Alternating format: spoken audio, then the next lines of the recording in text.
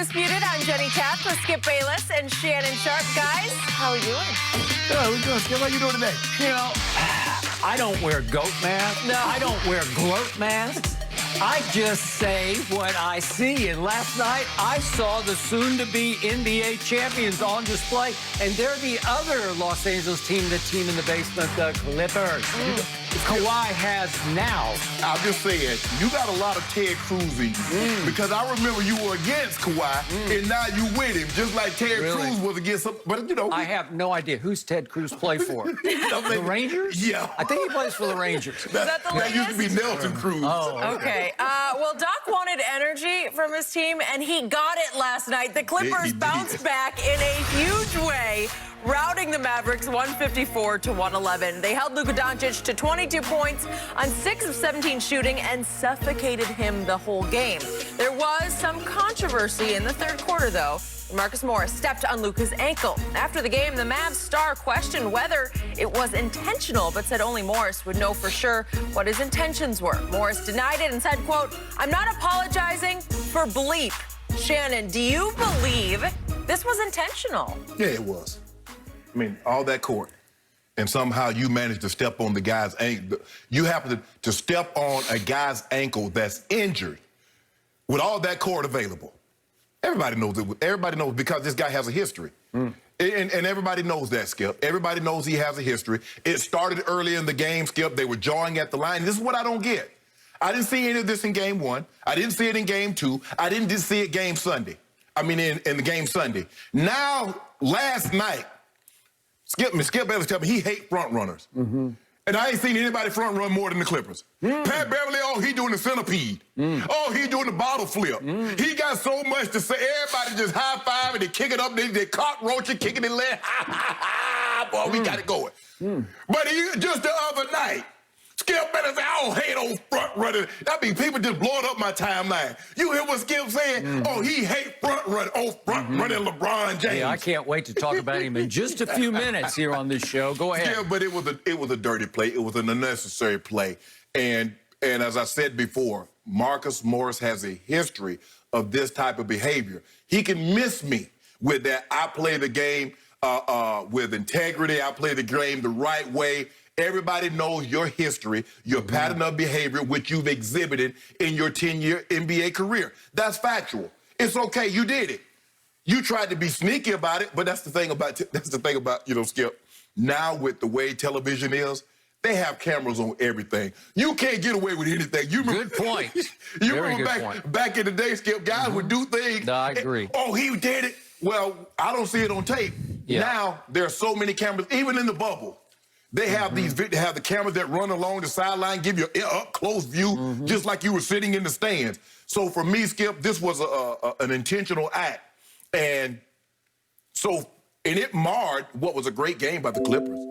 They played unbelievable. And Skip, let me tell you what happens. If you shoot 22 or 35 from the three-point line, and you shoot 53 for 84 from the field, you're probably going to blow the team out unless they shoot 30 for 40 from the three-point line. Clippers playoff records. Yes. Everything. Okay. Most points in the half, most points in the game, best three-point percentage, best field goal percentage. When you have those type of numbers in a playoff game, Skip, you're going to blow the team out. This was unnecessary by Morris. I believe it was an intentional act. He can say, okay, how about this, Skip? It was an intentional act. I'll leave it at that. And I will buy that. Even though on Twitter after the game, Marcus Morris posted, "To think I would try to injure somebody is crazy to me." That's what he posted. Yeah. Went on to all the things you just said. I play the right way, 10 years going up against the best. I stand on morals and I stand on hard work. I compete and I leave it out there every game. He does. Yes. He goes on to say, basketball has never been that serious to try to hurt somebody. I'm not apologizing for bleep because I know what I put into the game day in and day out. It was a mistake. Deal with it. So he's saying he accidentally stepped on the foot. But I'm going to go with you because Marcus Morris is obviously an emerging team leader. He just joined the team a few months back at the trade deadline. Right. And yet he's always been a tough guy. He has some enforcer in him. And I believe he was enforcing against Luka Doncic. Right.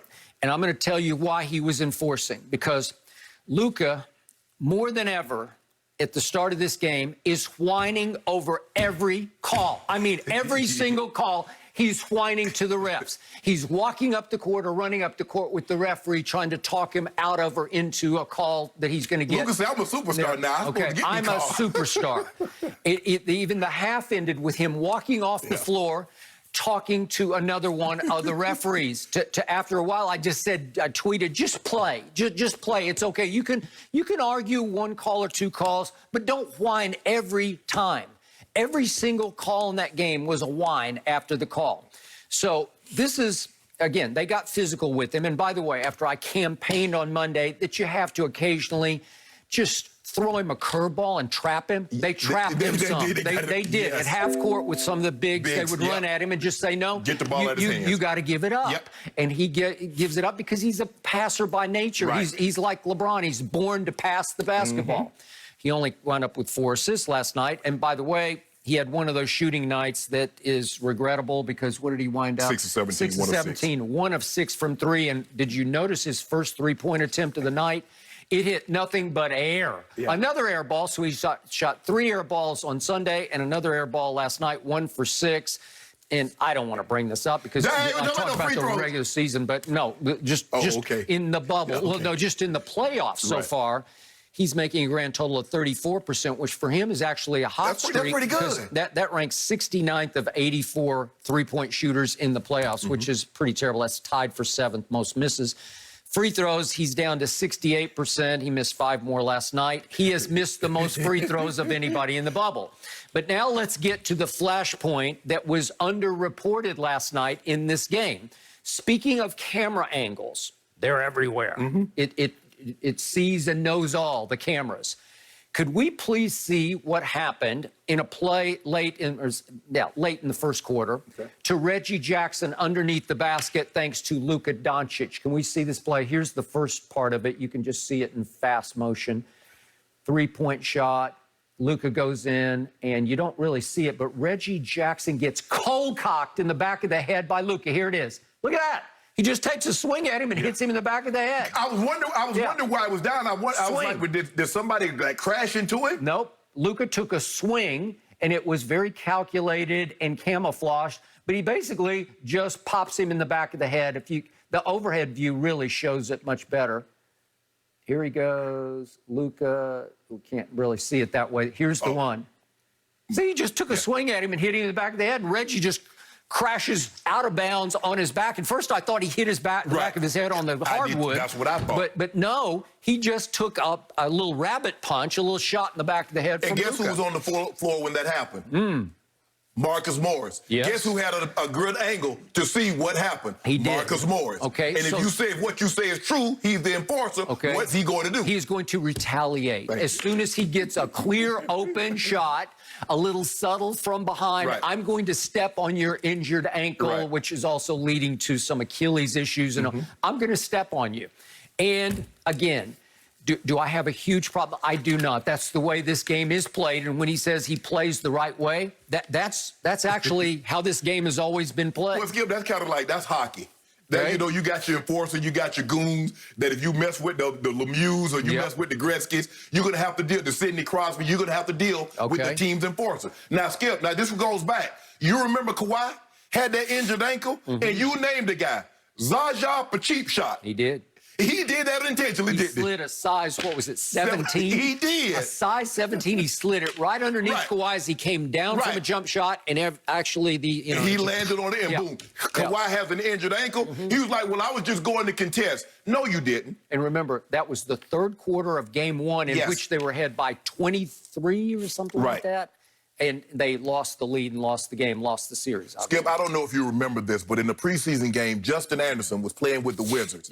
And Marcus Morris, he elbowed him. He elbowed him again in the face, and then he took the ball and bounced it off the top of his head. Now, is that playing the game the right way? Do you remember when he kneed Ben Simmons in the head? I do. Is that playing the game the right way? Because if we're in the court of law, and you get it, and I would eat him up on cross. Because if he got up on the stands and said he plays the game the right way, and I got this video, guess what I'm going to show the jury, Skip? And I'm going to ask him again, Mr. Morris, is this playing the game the right way? What do you think he's going to say? Mr. Morris, here you kneeing Ben Simmons in the head. Is this playing the game the right way? Okay. Because you said you play the game the right way. So, pattern of behavior. You brought up Patrick Beverley. Yes. Right now, he is the #1 cheerleader and trash talker from the bench because he has not been able to play yet. They're saying he might be able to be available for the next game. Right.